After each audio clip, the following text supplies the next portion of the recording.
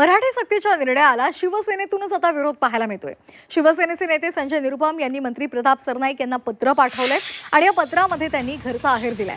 मराठी सक्तीच्या निर्णयावर पुनर्विचार करा अशी मागणी त्यांनी केली आहे। ऑटो टॅक्सी चालकांची तात्पुरत्या मराठीमध्ये संवाद साधण्याची अपेक्षा ठेवा, पण भाषेचे कठोर नियम लादू नका अशी मागणी सुद्धा संजय निरुपम यांनी केली आहे।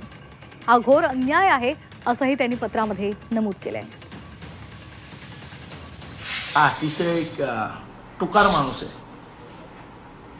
त्यामुळे त्याच्यावर बोलावं एवढी त्यांचं काही नाही आहे। एक नंबरचा टुकार माणूस आहे आणि एवढं करून भैया लोक त्याला मतदान करत नाहीत ते नाहीच। काही संघटना देखील शशांकराव यांची संघटना आहे त्या देखील या मी तुम्हाला सांगितलं ना, त्यांनी एकदा संप करून बघावा, एकदा महाराष्ट्राला कळूच देत की हे लोक आम्हाला भेटीत धरू शकतात की नाही ते। एकदा काय तर तुमची न्यूसेन्स व्हॅल्यू असेल तर ती 4 तारखेला दाखवा, आम्हाला पण बघायचीच आहे काय तुमची न्यूसेन्स व्हॅल्यू आहे आणि तुम्ही कशी मुंबई बंद करता ती।